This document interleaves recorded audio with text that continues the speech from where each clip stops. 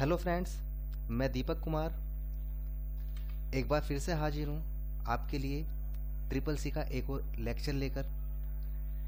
दोस्तों, आज की इस वीडियो में आप ट्रिपल सी का कंप्यूटर बेसिक पार्ट 2 करने जा रहे हैं। इससे पहले हमने ट्रिपल सी के लिए बेसिक पार्ट 1 की क्लास बनाई थी। दोस्तों, मैं आपसे ये कहना चाहता हूँ कि यदि आप जो मेरे बनाए हुए ट्रिपल सी के लेक्चर हैं उन्हें अगर अच्छे से आप पढ़ लेंगे तो आप आराम से बहुत अच्छे नंबरों से यानी बहुत अच्छे ग्रेड से पास हो जाओगे।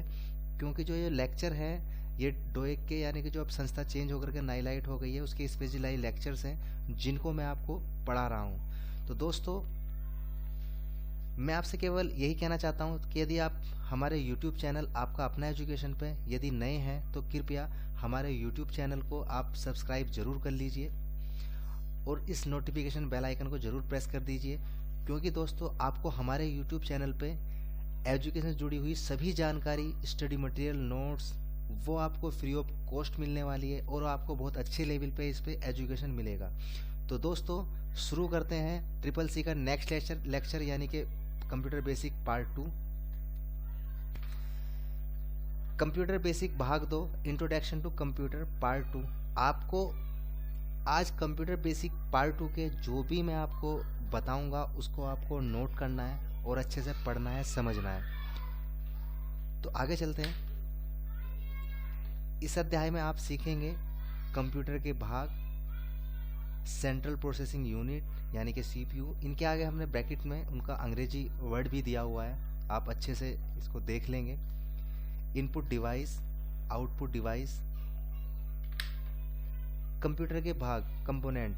कंप्यूटर के विभिन्न भाग एक टीम के रूप में कार्य करते हैं। वे विभिन्न भाग इस प्रकार है: इनपुट, आउटपुट, कई तरह के संचय प्रणाली या मेमोरी और सेंट्रल प्रोसेसिंग यूनिट यानी कि सीपीयू।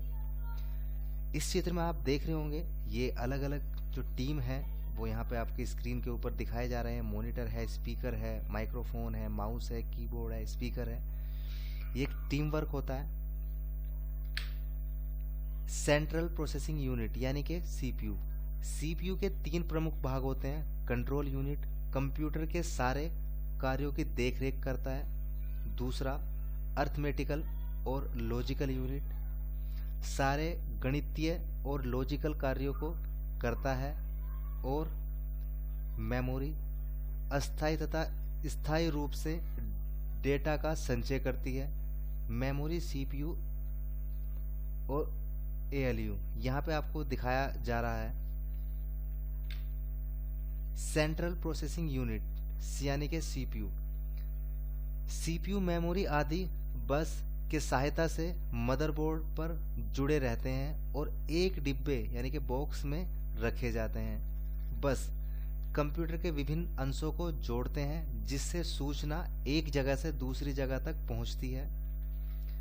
अगला टॉपिक, बस एक प्रमुख मार्ग की तरह है जिस पर वैद्युतिक तरंगे, इलेक्ट्रॉनिक सिग्नल्स, संदेश वाहक का काम करती है।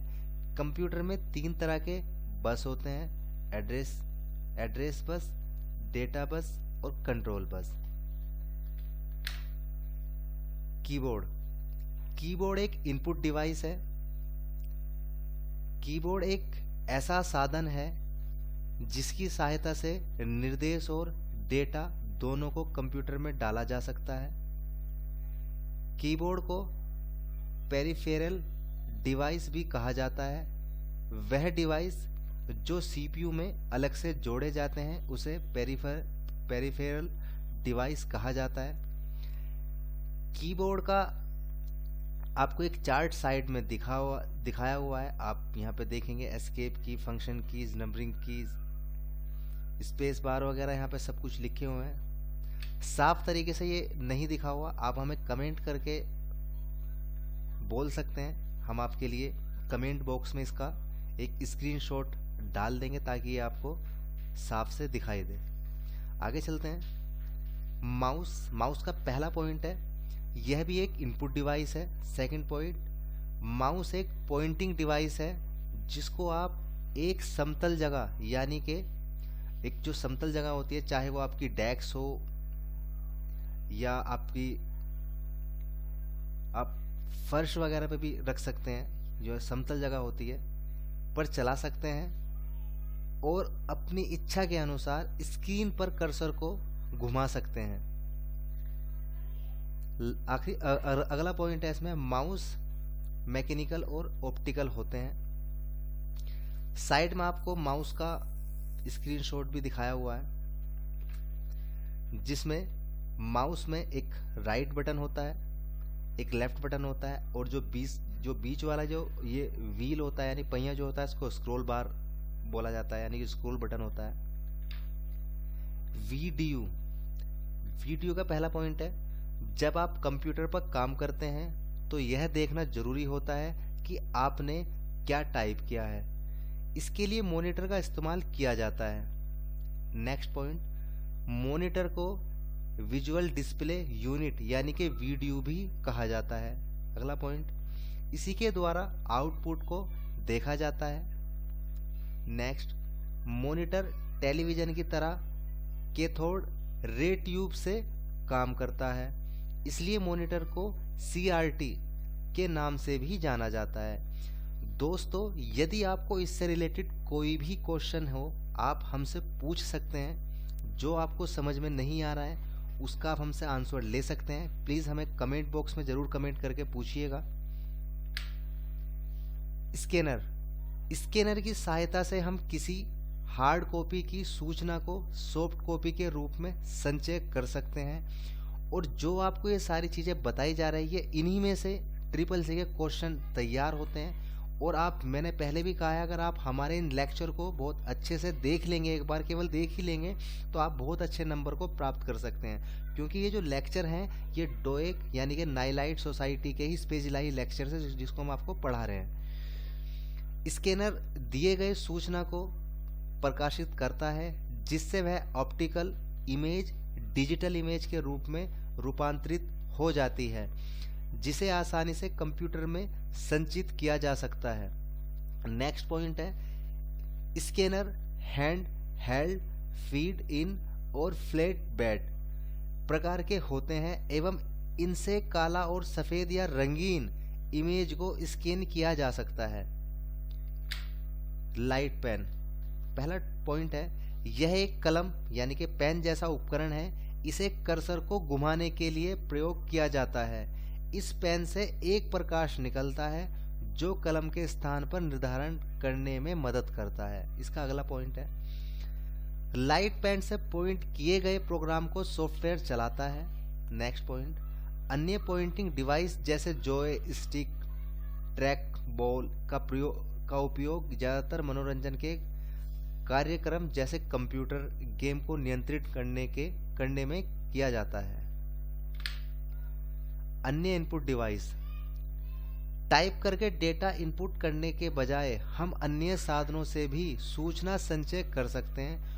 जो उपकरण इसके लिए इस्तेमाल किए जाते हैं वे सूचना को व्यापारिक प्रक्रिया की तरह देखते हैं, जिससे परिश्रम करके डेटा डालने की जरूरत नहीं होगी। अगला पॉइंट है, मैग्नेटिक इंक कैरेक्टर रिकॉग्निशन यानी कि MICR। यह उपकरण साधारणतः बैंक द्वारा चेक आदि पर लिखे गए अकाउंट नंबर को पढ़ाने और उन पर कार्य करने के लिए किया जाता है। अन्य इनपुट डिवाइस, अगला पॉइंट है, ऑप्टिकल मार्क रिकॉग्निशन OMR। ये उपकरण कंप्यूटर द्वारा कागज पर बनाए गए चिन्ह को पढ़ सकता है। अगला पॉइंट है, बारकोड। ये चौड़े पैरेलल लाइन के समूह एवं उनके बीच के स्पेस को पढ़ते हैं और सूचना प्राप्त करते हैं। अगला पॉइंट है, इसका इस्तेमाल दुकानों की सामग्री, चिकित्सा रिकॉर्ड और पुस्तकालयों की किताबों के बारे में सूचना संचय करने के लिए इस्तेमाल किया जाता है। प्रिंटर एक महत्वपूर्ण आउटपुट डिवाइस है। यह कंप्यूटर के टेक्स्ट और ग्राफिक्स प्राप्त कर कागज पर उसको प्रिंट करता है। प्रिंट की गई सूचना स्थायी होती है और उसको आसानी से कॉपी किया और बांटा जा सकता है। कंप्यूटर से प्रिंट किए गए परिचित डॉक्यूमेंट में बिजली बिल, बैंक के दस्तावेज, वेतन पत्र आदि है। बाजार में कई प्रकार के एवं कई ब्रांड के प्रिंटर उपलब्ध है। उनमें माप, गति, कुशलता और मूल्य का फर्क होता है, यानी कि डिफरेंट तरीके के प्रिंटर आप बाजार से जाकर के परचेज कर सकते हैं। वो निर्भर करता है कि आपको किस लेवल का प्रिंटर चाहिए। साधारणतः हम प्रिंटर्स को दो भागों में बांटते हैं, इफेक्ट और नॉन इफेक्ट, इम्पैक्ट और नॉन इम्पैक्ट। तो पहले इम्पैक्ट प्रिंटर की बात कर लेते हैं। ये वो प्रिंटर है जिनमें इम्पैक्ट के इस्तेमाल से पृष्ठ पर अक्षर बनाए जाते हैं, जैसे कि डॉट मैट्रिक्स प्रिंटर। एक होता है नॉन इम्पैक्ट प्रिंटर। इस प्रकार के प्रिंटर में प्रिंटिंग के लिए कुछ और साधनों जैसे स्याही छिड़कना, ताप, जेनोग्राफी या लेजर का इस्तेमाल करके प्रिंटर किया जाता है। साधारणतः non impact printer impact printer की अपेक्षा कम आवाज करता है। इसके उदाहरण है इंकजेट प्रिंटर और लेजर प्रिंटर।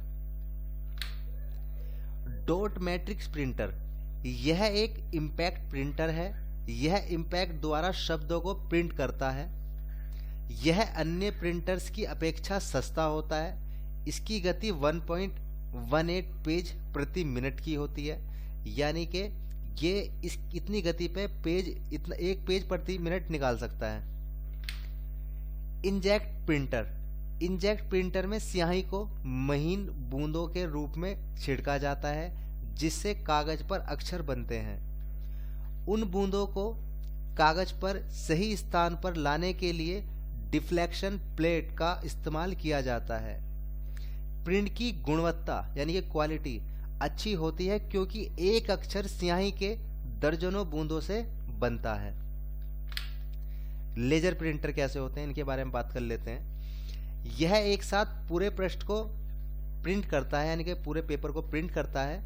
यह आउटपुट को कॉपियर कर लेजर किरण से लिखता है, जो कंप्यूटर चालित होता है। जिस स्थानों पर लेजर किरण गिरती है वो एक टोनर को आकर्षित करती है। यह टोनर तब स्थायी रूप से कागज पर ताप या दबाव से चिपकाया जाता है। यह प्रिंटर शांत होते हैं और उत्तम प्रिंट करते हैं, यानी कि इनकी क्वालिटी जो होती है लेजर प्रिंटर की वो बहुत ही अच्छी क्वालिटी होती है। तो दोस्तों आज की इस वीडियो में हम इतना ही रहने देते हैं। CCC की नेक्स्ट वीडियो यानी कंप्यूटर बेसिक पार्ट 3 हम कल आपके लिए फिर लेकर के आएंगे। कंप्यूटर बेसिक के 4 पार्ट है। अगर आप हमें कमेंट करके बताएंगे तो हम कंप्यूटर बेसिक के 2 पार्ट हम कल को ही आपको कंप्लीट करा देंगे। उसके बाद फिर टॉपिक वाइज टॉपिक चलेंगे हम, विंडोज़ होगा, डोज होगा, सब चीज़ होगी। तो दोस्तों आज की हमारी ये वीडियो आपको कैसी लगी, कृपया हमें कमेंट करके अपनी राय जरूर दीजिए। यदि आपको हमारी ये वीडियो पसंद आई तो जरूर शेयर करिए। तो दोस्तों आज के लिए धन्यवाद, नमस्कार।